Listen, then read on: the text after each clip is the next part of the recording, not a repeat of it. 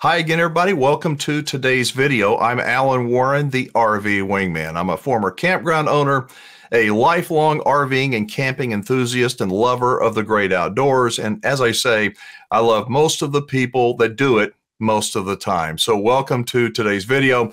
Here on the channel, we talk about all kinds of things, but today it's specifically about RVing.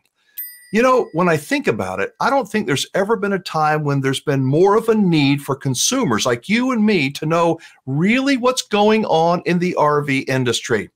Whenever I want to drill down on something, I contact a man that I think is his honesty and his integrity is beyond reproach. His name is Kevin Fraser with Cheyenne Camping Center.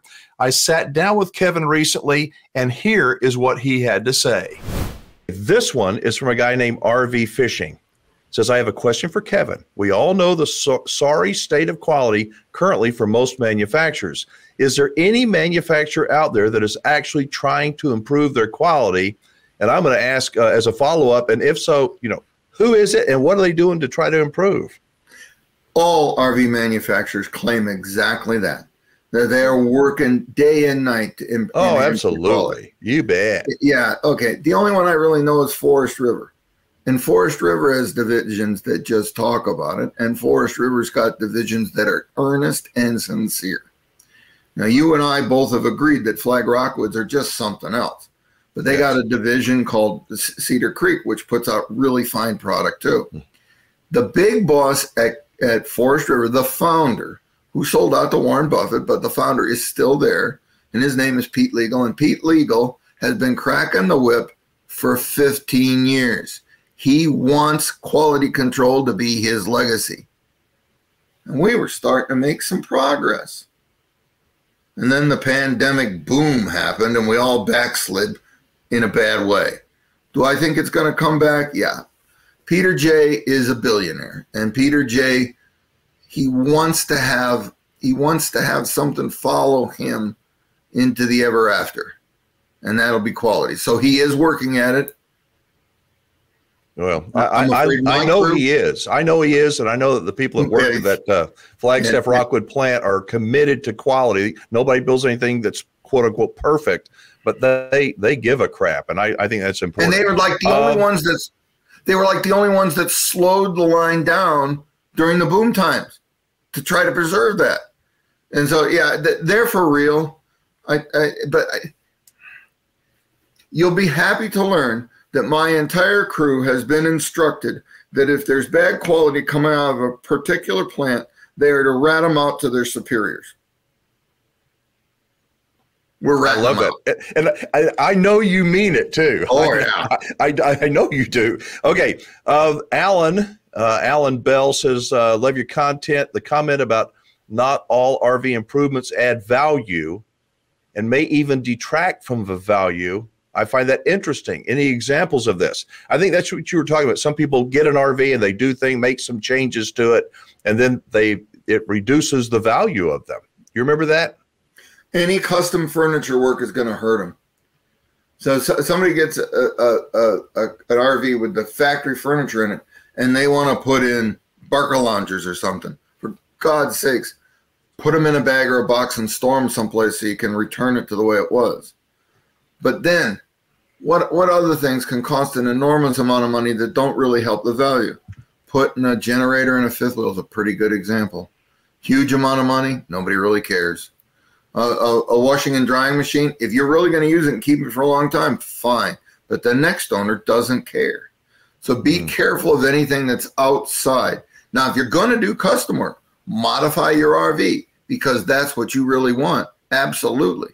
But remember, it's going to impact both the liquidity and the value of the motorhome or trailer or fifth wheel. And I always advise, even when my guys do the work, let's put it in a box so you can make it back to the way it was. Makes a lot of sense. Bill says apparently you helped Bill get a great deal at the Hershey RV show earlier in the year. You don't know it, but now you do. He says, watching a few of your episodes with Kevin has inspired me. It gave me the confidence to stand firm on a much, much lower offer at the Hershey show. I told them I'd make the same offer in the middle of January.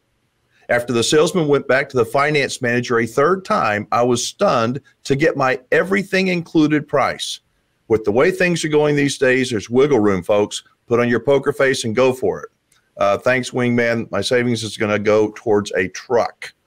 How much wiggle room is there nowadays in a new RV? It's impossible for me to say.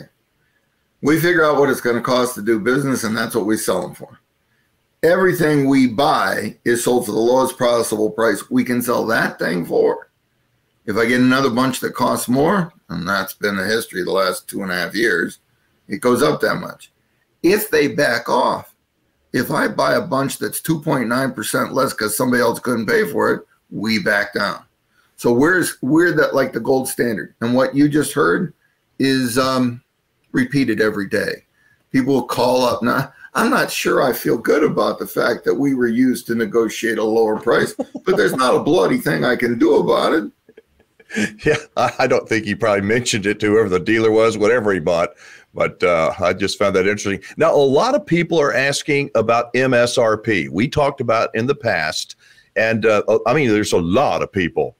Essentially, MSRP is this gray area, this fuzzy, and people want it to be less gray. They want to give me some facts. How do they determine an MSRP? What is the standard discount off of MSRP?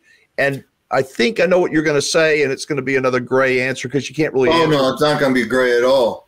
They stopped using a dartboard. Now they use an app from Apple Store that is a random number generator. That's how they get their MSRP. It means nothing. They get in the environment we have right now. There's several divisions of the good guys, Forest Rivers, that are raising their damned MSRPs. Now, why would you do that? So that you can fool people. And when I asked the division, I said, when you allow, and it's dealers that always want the MSRP to go up so that they can say, look at the discount we're giving you, which is all made up stuff. There's nothing there. Folks, you don't have to worry about the MSRP. Ignore it wholly, completely. It means nothing. Unfortunately, there's still some credit unions that use that as a value when they determine how much the loan value should be. But we're hoping they'll get over that too. Just use the resource of the internet. You can find out what stuff sells for. Just do that. But the MSRP's gotten worse. There's one product from Forest River that just increased their MSRP a further 15% in this environment. Oh. Those products, we advertise them at 50 cents off. Really? Wow. I don't know why anybody would raise their... BS. Come on. It doesn't mean anything. It's a random number. Here's another one. Bob Langston says, during my research, I've read that a reasonable out-the-door price on a new RV, specifically a fifth wheel or travel trailer, is 25 to 30% below MSRP. Is that true? I just gave you an example. Exactly. 50%. Yeah. No, just ignore MSRP, please. Just ignore it. I know they publish it. You know, by law, the car guys have to, but the RV guys don't really. So they make a thing like it's the legal number. It's not. MSRP is just nonsense. So how does somebody know the true value? I mean, that you got to do your homework, get on the internet, and just search nationwide. Mm-hmm. Just go on the internet, plug in the model designation, look for it.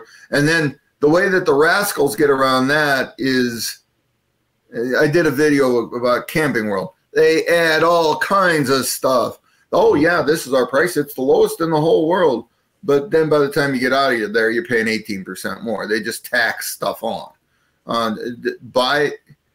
If somebody quotes you a price, that's all you're going to pay. Not a penny more. You're going to take a check with you when you go to get it. And if it's more than that, you're going to take your check home with you. All right. This one is about consignments. I've had a few people ask me about consignments, and I know that you don't do them up there in Iowa. And you have mentioned in the past about there's some dangers, or at least people need to be aware of some things that might happen that aren't so good if you consign your RV. Doesn't happen everywhere, but the importance of doing business with somebody that's a reputable dealer if you're going to consign your RV through them to sell it. All right. We don't do consignments because it's unlawful in Iowa, and that's a relatively new law. What happened in consignment sales was clogging up the courts. So back in 1979, the judges lobbied the legislature to make consignment of motor vehicles, titled goods, unlawful so it wouldn't screw up their courts so much. Because wow. Yes, because there's 100 different things that can go wrong. You're trusting somebody that you don't know. For heaven's sakes, if you're going to surrender a vehicle to be consigned, remember, you might not get that vehicle back if that entity you consigned it to gets bankrupt. They can sell it out of trust. You don't have any control at all. For heaven's sakes, never give them the title with the goods, but I wouldn't consign anyway. You don't have to consign.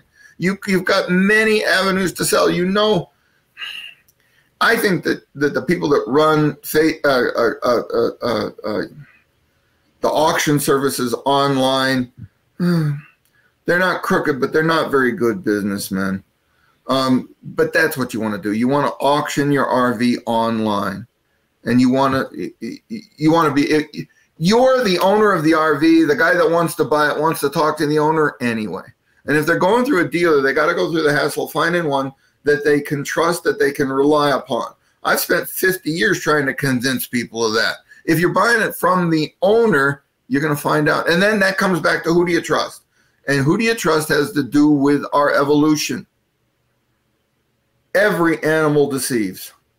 The more sophisticated the animal, the more sophisticated the lie.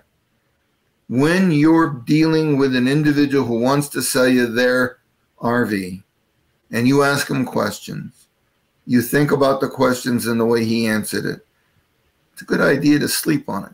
Let your heart and your head sort this out.